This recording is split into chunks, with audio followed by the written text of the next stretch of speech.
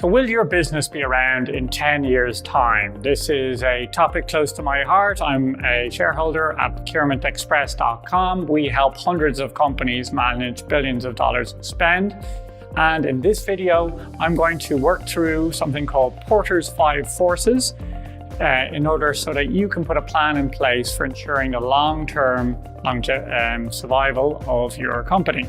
So what are Porter's 5 Forces? It's an academic framework. I'm not an academic guy, but I'm going to give you a way you can make it very practically apply it to protecting your business, make sure you're still going to be around in 10 years' time.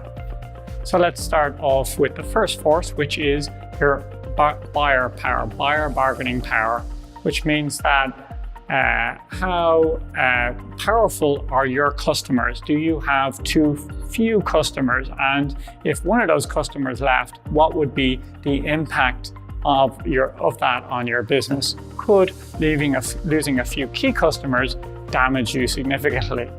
On the flip side, what can you do to diversify and maybe avoid that risk? And we'll get into that later. The next force is supplier power. It's kind of the inverse of that, which basically means you look at if you rely on one supplier too much to provide your whole value in your business, what happens if they go out of business, they switch providers, they don't license to you anymore? Have you got an alternative? You need a plan for that eventuality. Now we get into some of the interesting ones. Next is competitive forces, competitive rivalry.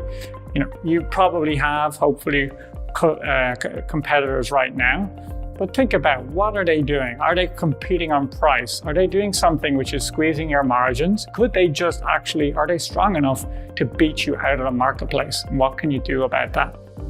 Next, we have threat of new entrants. So how difficult is it for people to come into your industry? If you're a lawyer, maybe you have some legal, you have a moat around you in terms of education. It's difficult to become a lawyer. If you are a bank, maybe you have a regulatory moat around your business. Maybe you have a technological moat. Do you have something that stops just anyone coming into your business and taking you out? And next you have threat of substitution. Now, as a software company, we actually substitute old style purchase order books that people used to try and manage their purchasing with, normally with lots of mistakes, with a much easier, more effective app that smooths out the dozens of different purchasing mistakes that companies can make, much better than purchase order book. So if you were selling purchase order books and printing them, suddenly our app comes along, we can totally displace you. But could that happen to you in the next generation? Could it happen to us? What happens after software? Is AI going to replace our software? I don't know. So here's our 5 forces. You have buyer power, supplier power, competitive rivalry, threat of substitution, and threat of new entrants. Now in the link below, I'm going to link you to a blog where we have actually a workbook where you can work through these different forces. I recommend that you get together with your leadership team.